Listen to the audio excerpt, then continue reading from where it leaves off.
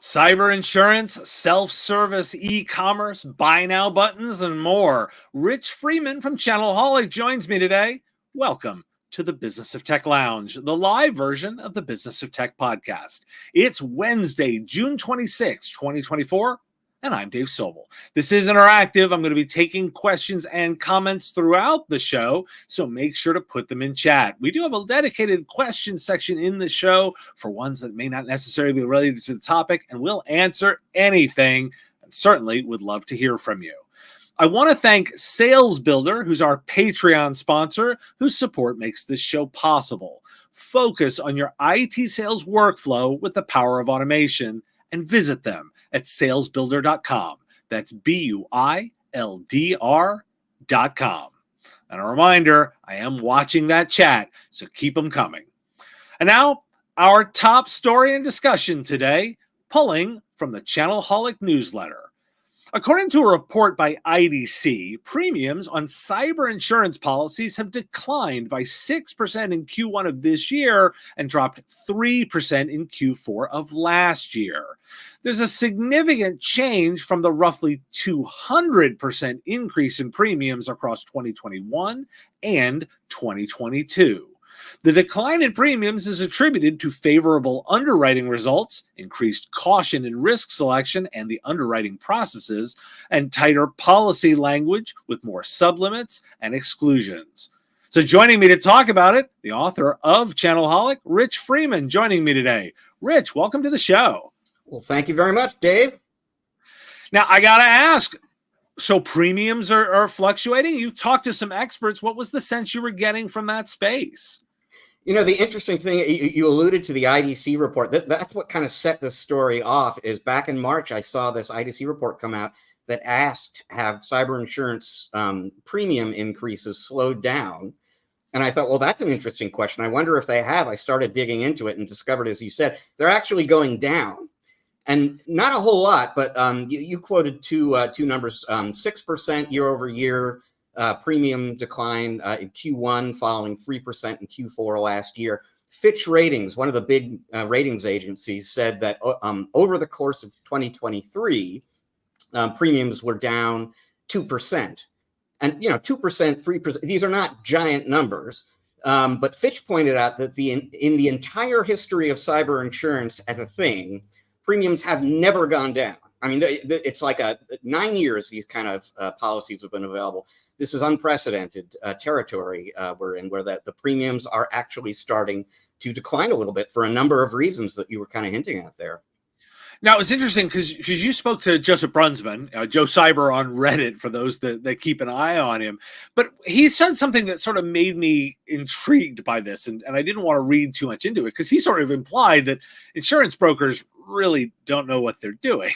This is still a lot of feeling around. Like, is this, was your sense in looking into this that this is strategic, sophisticated thinking, or is it more just they've exploded so much that we had to hit the plateau? Like, what's driving the shift?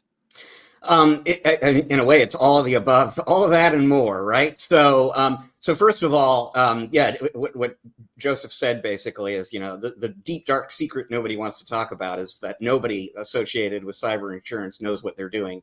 And I think this is true. If anyone would know, it's Joseph, right? That said, the insurance companies know a whole lot more than they did when they first got into this. They knew nothing about security and the threat landscape, which got dramatically worse in 2020 when the pandemic started. So like you said, between the beginning of 2021, end of 2022, premiums went up 200%. And that was the insurance industry bringing the pricing on insurance into better alignment with the risk and the claims activity. At the same time, all these other insurance companies see premiums going up 200%, and they decide to get into the market too. So another factor that Fitch pointed out is just that there's more competition in the market right now. So that's putting some pricing pressure on these folks, and that's kind of a strategic element that we'd better be more cautious about price hikes. Now, I want to ask, because one of the areas where I had made some predictions around this, and it's proving not to happen the way that I thought it would, that the combination of software and insurance would theoretically allow this market to be better served. Like in theory, the idea would be like, look, we've got all this security software that's all over the place. It's giving all kinds of incredible telemetry. We can get some kind of sense of how well configured the customers are. And in theory, you combine all that data with insurance companies that are looking to make projections. They should be able to know a lot more about situations and be able to do better jobs of ensuring that risk. And it turns out what's actually really happening is that software plus insurance means they're smarter at onboarding with the insurance, right? Like that seems to be the way. Is there chatter or discussion about it going further as you were poking at this?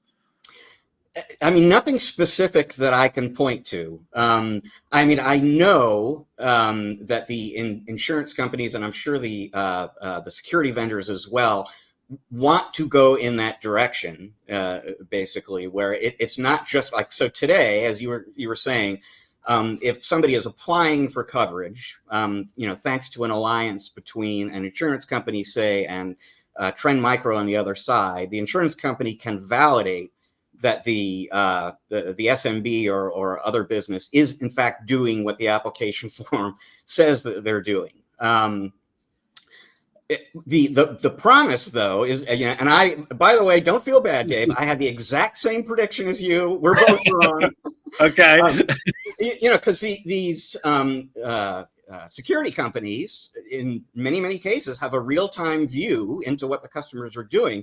So it's one thing to say that when this business applied, yes, they were in compliance with the insurance company's requirements, but that can, like one day after coverage goes into effect, that can change, right? There's configuration drift or somebody shuts off MFA. And so really what you want if you're an insurance company is to be getting that continuous input from a security vendor. And that's not happening today. I've got to believe it will happen at some point. But I don't know how quickly that's impending. Well, you did make a bit of a prediction in your newsletter, saying that businesses not using continuous compliance management software will be soon. So perhaps we'll keep an eye on it. I think we're both gonna hope that the word "soon" is not doing too much heavy lifting there. Agreed. So I'm going to move us on because you also had the chance to talk to the folks at PAX 8 recently. And in fact, you posted about it and then I interacted on comments because it was like, that's another piece that's intriguing to me about the way they're thinking about using software and empowering providers to sell solutions. Give me a sense of what your take on their self-service vision was. Yeah, so I mean, as some context for that, and all of these conversations I had with PAX 8, everything I'm going to tell you about this new marketplace is information that I got at their Beyond event in Denver week before last. And you go back a year to the 2023 edition of Beyond, and the big story from PAX 8 was we are working on this next generation marketplace that we believe is going to be a game changer for us and our partners. And there, as some context for that, I mean, specifically what and this is a very expensive undertaking that PAX 8 has been doing for several years now, many millions of dollars, a lot of it coming from private equity and so on. And the context for that is just that there is this phenomenon in the world of software as a service, and PAX 8's all about cloud software, right? There's this phenomenon in the world of SaaS called product-led growth, which is just this idea that you as a vendor can put up a website and direct people through marketing to that website and get them to download a free edition with stripped down functionality or a free trial, and then they're going to fall in love with your software and upgrade to a paid edition. And no partner involved, no distributor involved, right? It's just vendors going direct to the end users. Now, in real life, we know that model won't really work, right? Because it's very rare that a product is so simple and intuitive that some SMB can just load it up and everything's going to work the way you want. You really kind of need a partner in the loop. But the vendors don't necessarily know that. The end users don't necessarily know that. They're used to self-serve everything, right? So the marketplace that Pax8 has created, and it really just came out last week, last Monday, it became available to people who weren't attending the event. It's really designed to address this situation and set things up so that going forward, MSPs are still part of the purchasing and management loop on SaaS software, and that they're doing that through Pax8. So this is about Pax8's future and the future of their partners. There are a lot of different interesting things about that marketplace. The piece of it that you're talking about there is the self-serve storefront functionality that they built into that, which I kind of zeroed in on in my coverage because it turns out to have been the piece of the vision they unveiled at the Beyond event in 2023 that was the most, I'll call it, controversial with MSPs. The idea that I, as an MSP, am going to have a storefront. I'm going to give my clients direct access to that storefront and let them self-serve, research, pull together a quote, place an order. It just doesn't fit with my business model for several reasons, right? I'm all about white glove service, for example. I don't want to leave these people doing this on their own. Or I don't want to have to clean up the mess that will ensue when they do this stuff on their own and they buy all the wrong stuff. And so there was a fair amount of resistance from the MSPs. I'm not interested in that. Pax8 was very good about listening to that input. They did a ton of beta testing in the year between last year's Beyond and the 2024 edition. And they made some changes to that marketplace. So now MSPs have a lot more control.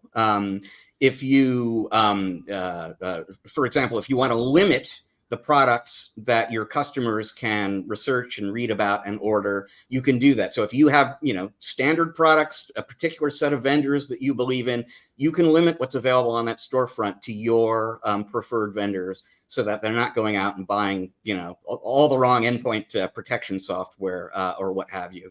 If you want to be in the purchasing loop, right? Like I'm great with the customer doing research and putting an order together. I just don't want it to go to the vendors on that order until I've had a chance to look at it. You can sort of insert yourself into the workflow. You can hide the pricing. So you can give the customer the ability to research and indicate, click, click, click, here's what I'm interested in. And then that goes to you, the MSP, and you can kind of call them up or otherwise contact them and talk about that order with them. And you can do all this on a very granular basis, customer by customer, vertical by vertical, et cetera.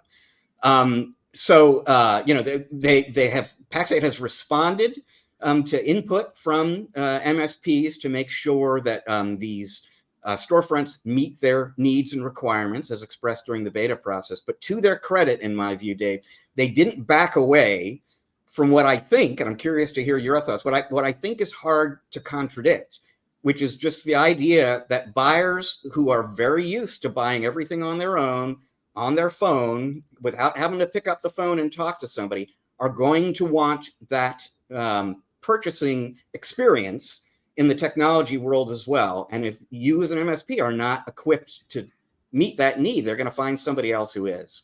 It's so interesting because I think they are 100% directionally right.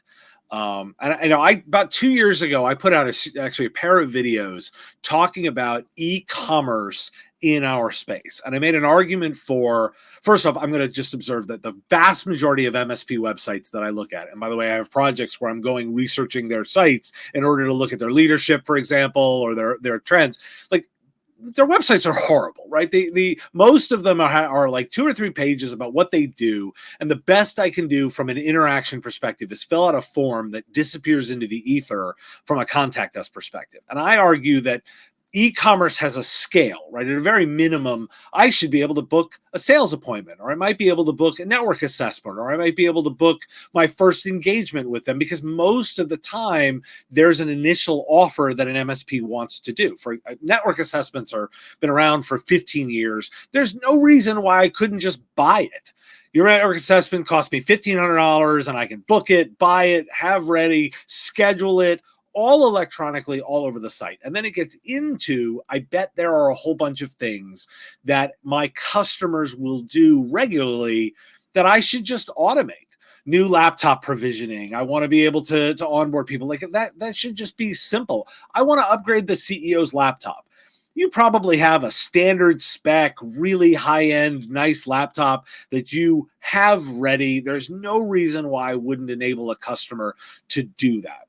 And where this gets really interesting for me is in my vision of this, and when I had described this, I had always thought the MSP should own that storefront, that storefront would live on their website. It would probably integrate with their systems, but it'll live. And where this is getting interesting to me is Pax8, of course, is offering it on their land, right? If I think about this from a storefront perspective, what they're offering is saying, well, hey, we'll run your store on our land. Like you'll run this the same way like an Amazon reseller would be listed with an Amazon. This is what it's doing. Now, it's a little subtly different in that they can brand it themselves and they can embed it themselves, but you're still building the functionality on top of Pax8's infrastructure, which is good for Pax8, of course. I don't mind saying that. But it ultimately is this piece of the vision where it's like, well, how much will the MSPs be comfortable with? But flip side of that, they get to market much faster by not having to build it themselves. What are the when you're having these discussions with the executives, like where are they balancing that line in terms of owning the store? Well, I suspect that they would say, "Oh, you own the store, right?" Like you said, your branding is all over it. You're embedding it in your website. They're your customers. You're controlling the back end workflows. It's on our domain, it's on our infrastructure, but you own the site. You've pointed to the trade-off that MSPs are going to have to think through, which is that there are enormous advantages, especially if you're a smaller company, to offloading the burden of creating and maintaining that e-commerce site yourself.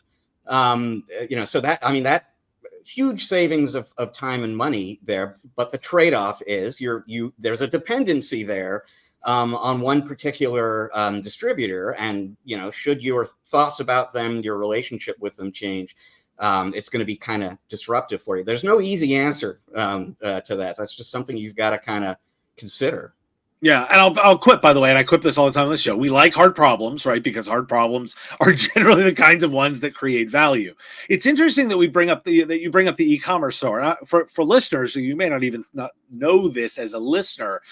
I run an e-commerce store for my show. Like actually, advertisers can fully engage with the business of tech through an entire e-commerce platform. So I want to indicate to listeners that yes, like I have firsthand experience here running an online store, and it is exactly as Rich described. Yes, it's complicated, but at the same time, it's actually less complicated than you might think, because e-commerce is not necessarily fully new, and there's lots of tools to put together your store very quickly. Platforms like Shopify, WooCommerce will make that process very straightforward for you.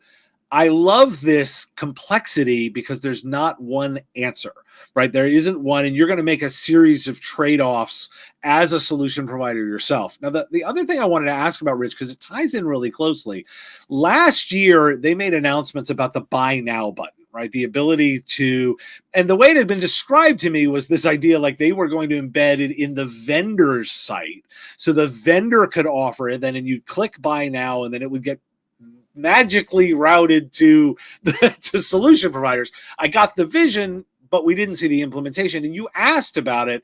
They're not quite there, but it's also not dead. Tell me a little bit more. I mean, they were emphatic. It is definitely coming. And in fact, they're piloting a sort of 2.0, 1.8 kind of version of that right now. I didn't get a specific date in terms of when they think that will go out there.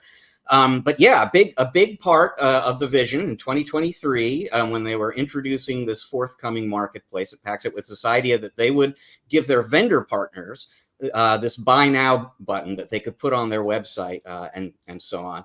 And it's a similar kind of trade-off for the vendors in terms of what we were talking about with leaning on Pax8 to create your storefront if you're an MSP, right? I mean, on the one hand, if you're a vendor, you'd kind of rather own that whole sales motion. On the other hand, if you're somebody who is just getting into managed services, or you're all about enterprise and now you want to get into SMB, do you necessarily want to make the investments necessary to kind of build all of the infrastructure required for that? Wouldn't it be faster, because Pax8 already has this giant, channel full of MSPs? Wouldn't it be faster and easier to just take this button, put it on your website, let the customers say, "Yep, I'm ready to buy," and have it flow through into the Pax8 marketplace? This is still coming. It did not launch with the rest of the marketplace last Monday, and like you said, I asked about it, and like you also said, that there's some magic involved to connecting a vendor's back end with the Pax8 back end, and it just turned out to be a more complicated task than I think anybody kind of anticipated. I'm sure they knew this was not going to be a breeze. But it's been harder to do than they thought it would be. There were a whole set of requests that vendors made. They wanted better reporting data than they could get initially around, well, who's coming, who's clicking the button, and what's my ROI on that, and so on. So there's a set list of functionality that the Pax8 folks know that they need to add. They are either in the process of adding it, or they've added it, and now, like I said, they're piloting, they're testing. So that button will be coming. I just don't know exactly when.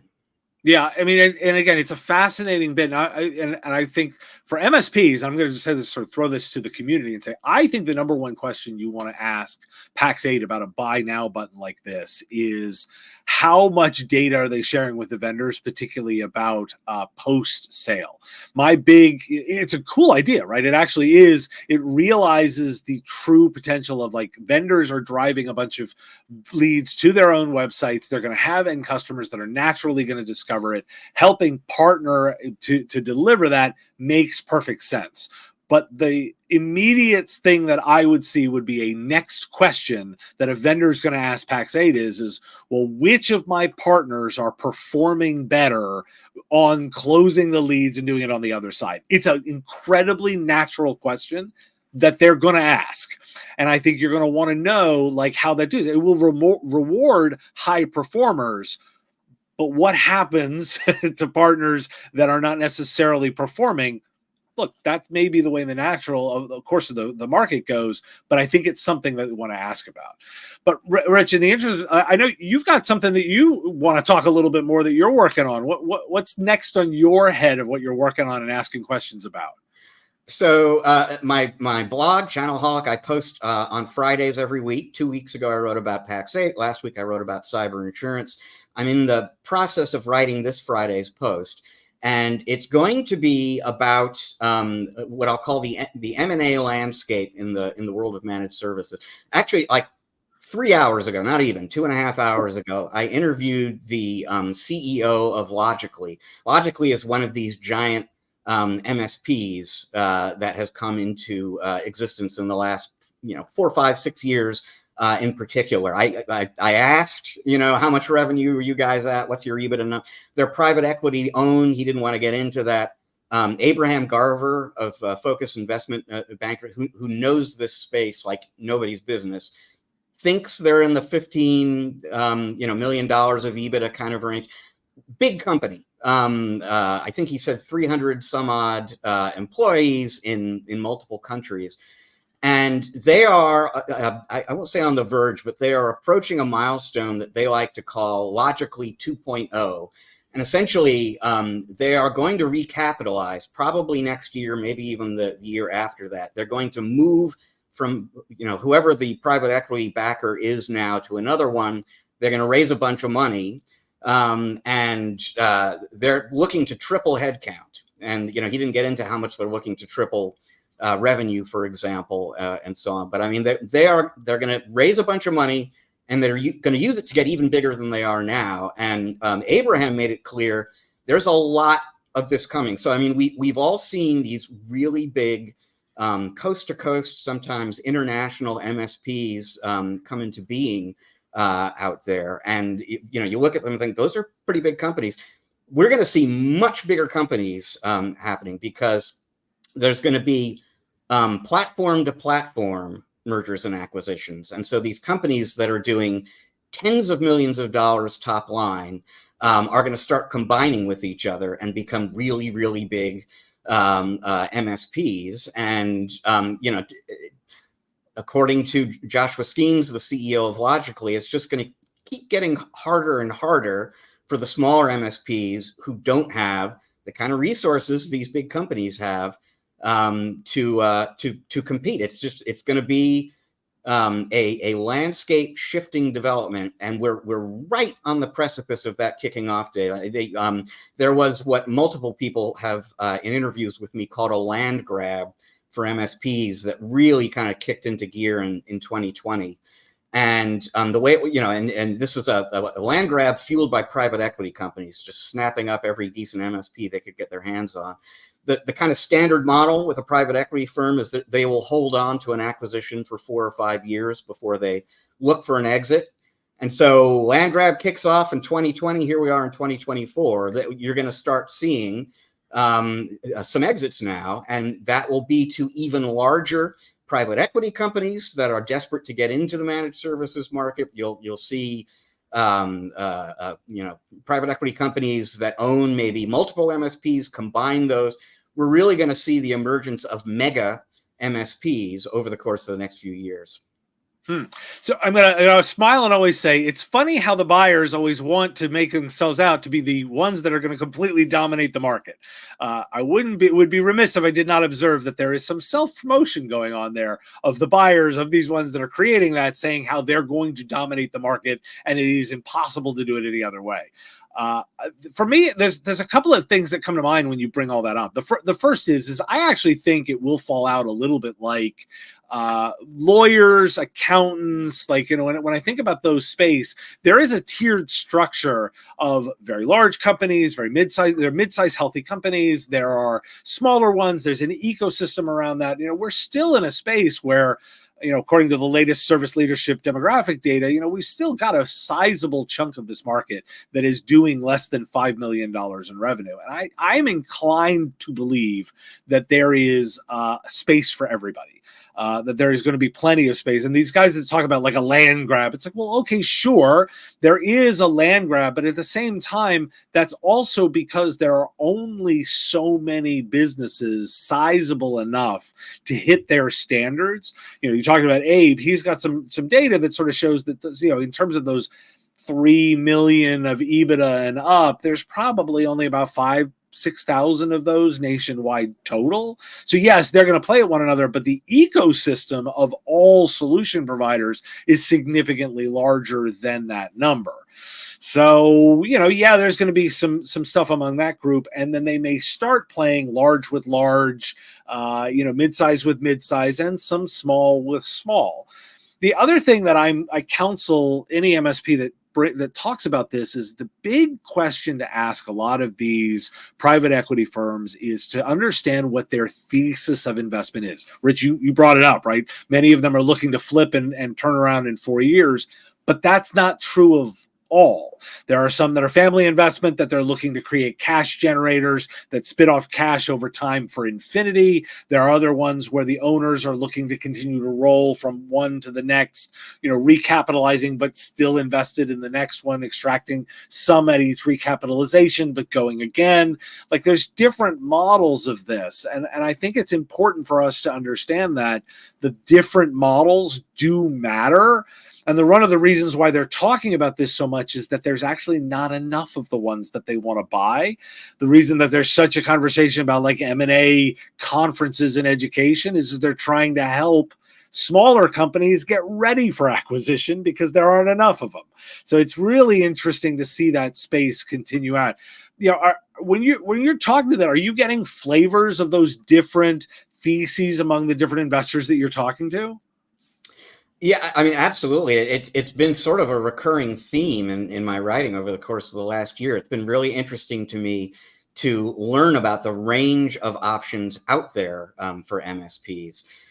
So there are tons of private equity firms that are just building roll-ups, and you sell the company, your brand goes away, they apply their template in terms of how they do business and their tools and so on, and you may or may not remain part of the organization going forward, but that's a pretty standard model. But there are also companies like Evergreen Services Group.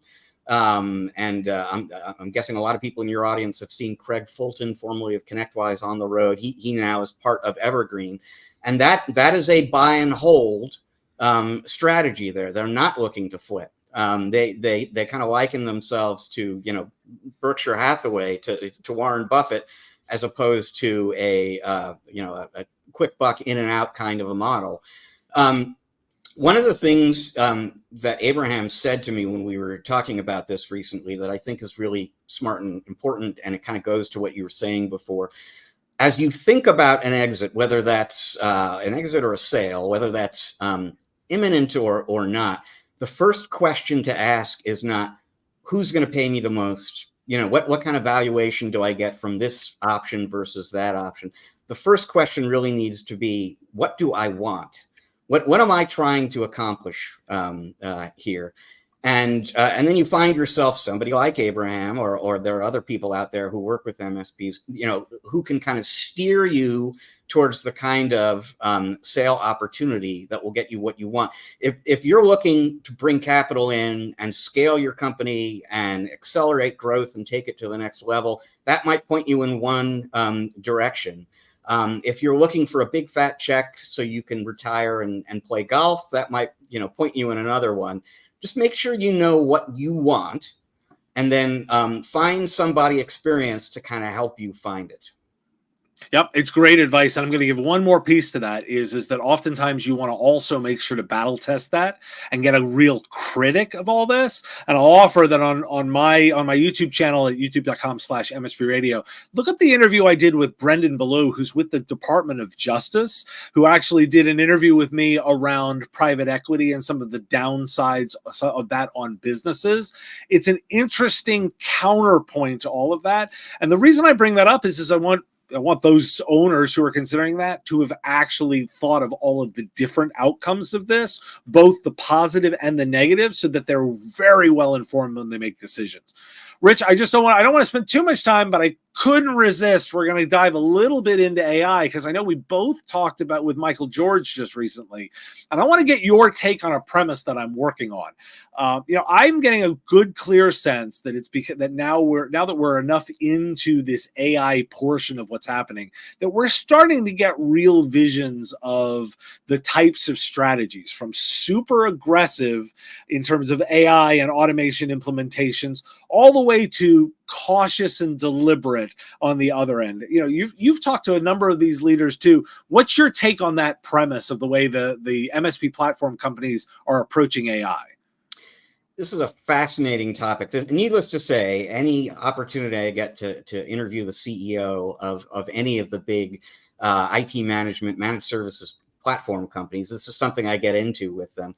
And the way I kind of think about it, Dave, is there is this spectrum of opinion among the companies. And I'm thinking here about, ConnectWise and Kaseya and N-Able and Ninja and Synchro, which is where Michael George is now. And like you said, on the one hand, or on the one end of that spectrum are the people who are moving as fast as they possibly can and as aggressively as they possibly can. And in my mind, I am not personally aware of any company more aggressive, more out there on this topic than Atera.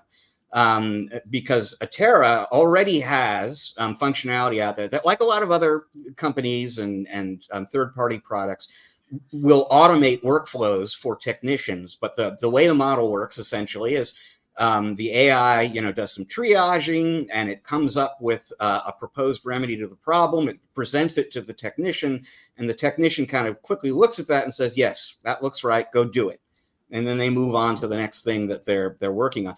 Atera, last time I spoke with them, which was, I don't know, 6 months ago, not even 6 months ago, they were right on the verge of introducing fully automated AI-based ticket resolution, where the ticket comes in from the end user, and the AI triages it and realizes, oh, this is a password rotation. I know how to do that, and it just does it.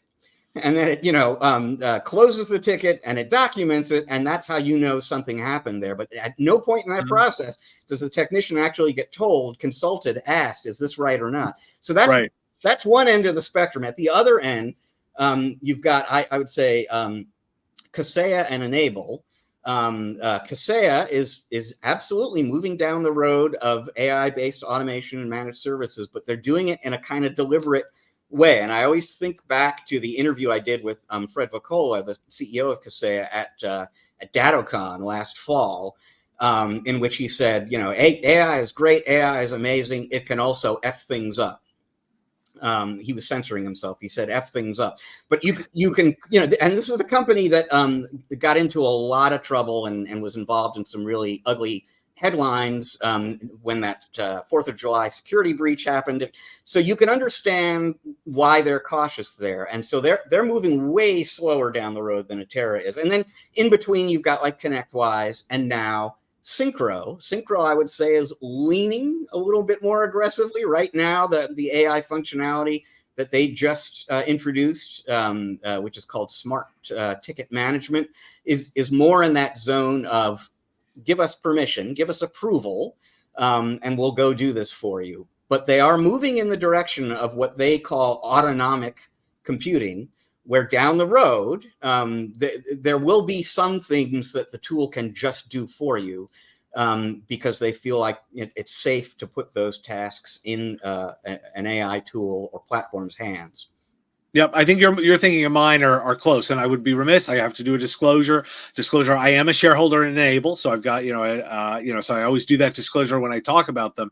Your spectrum and mine are kind of lining up. I actually would put ConnectWise as a little bit more aggressive, in terms of my thinking. I mean, I'm with you. I think Atera is right there on the edge of pushing all the way to. They were the first ones to do a lot of doing it automatically, even if it got dangerous. There were some examples where it was responding to, there's a fire in my laptop kind of thing where the generative AI was doing the kind of hallucination I wasn't comfortable with. But I'll give them credit for leaning into pushing as fast as they can.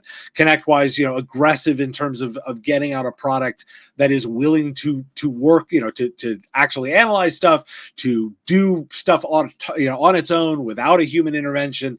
They were much more looking at that, where then you fall on the other end where it's like, yes, Kaseya and N-Able are being much more deliberate. I want to give credit to N-Able for putting out, an ethics statement around that. I think that's an important step that I've talked about a lot on the show is I think it's important to do that kind of work.